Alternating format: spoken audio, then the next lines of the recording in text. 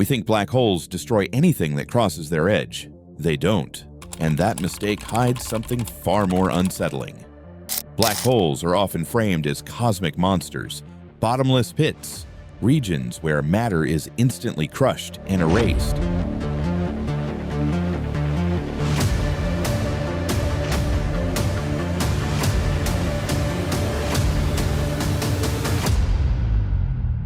And while it's true that nothing can escape once a certain boundary is crossed, that boundary itself is widely misunderstood. Crossing it does not mean instant destruction. In many cases, it would not feel like anything at all. The boundary we're talking about is called the event horizon. Despite how it's often depicted, the event horizon is not a surface. It's not a wall, and it's not something you physically collide with.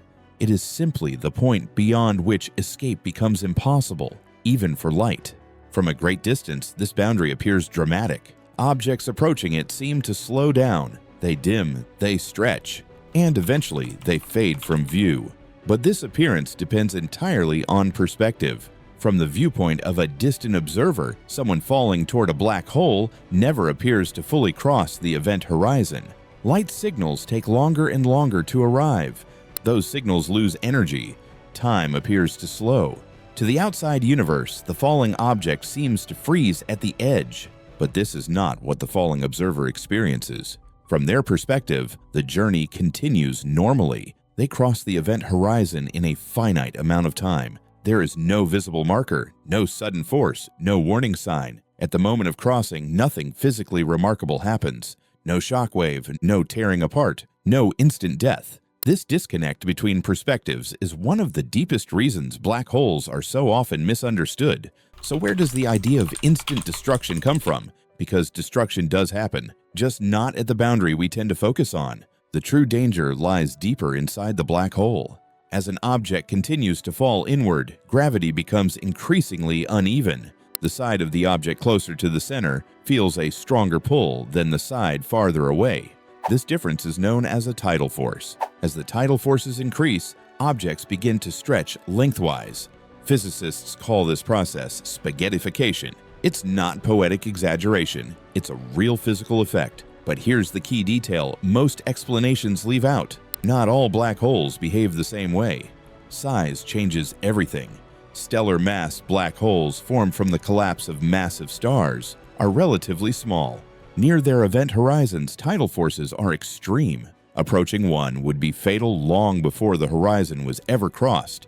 In those cases, destruction really does come early. But supermassive black holes are fundamentally different. These are the black holes found at the centers of galaxies. They can contain millions or even billions of times the mass of the Sun. Their event horizons are enormous, and because of that size, the gravitational gradient at the horizon is much gentler. In theory, a person falling into a supermassive black hole could cross the event horizon without noticing the exact moment it happened. No violent stretching, no sudden pain, no immediate destruction. They would still be doomed, but not instantly. This distinction is critical because it reveals that the event horizon is not the point where physics breaks you. It is the point where the future closes behind you. Once inside the horizon, all possible paths forward lead inward. No matter how fast you move or in which direction you try to go, every future points towards the center. And at that center lies something we still do not fully understand: the singularity. According to general relativity, the singularity is a region where density becomes infinite. Space and time curve without limit. The equations stop making sense. Quantum physics, which governs the smallest scales of reality, cannot yet fully describe what happens there. And no observation has ever directly confirmed what a singularity truly is. This means something important. When people say black holes destroy everything, they're projecting certainty into a region where science itself admits uncertainty. There is another layer to this story that complicates things even further. Black holes do not erase existence. They transform it. The mass and energy of anything that falls into a black hole still affect the universe outside. They contribute to the black hole's total mass. They shape how it bends space-time. And then there's the question of information. For decades, physicists have debated whether information is truly lost in black holes. If information were destroyed completely, it would violate one of the most fundamental principles of physics. So far, every serious attempt to resolve this paradox suggests that information survives in some form. It may be scrambled beyond recognition, it may be encoded at the horizon itself, but it does not simply vanish. This challenges the idea that black holes are cosmic erasers. Instead, they appear to be extreme processors of reality. So why does the myth of instant destruction persist? Because it feels intuitive, because it's dramatic, and because our language reinforces it. We say, point of no return. We say nothing escapes. We say eternal darkness. All of these phrases are technically correct, but they describe escape, not experience. They describe what outside observers can never recover. They do not describe what crossing the boundary is actually like.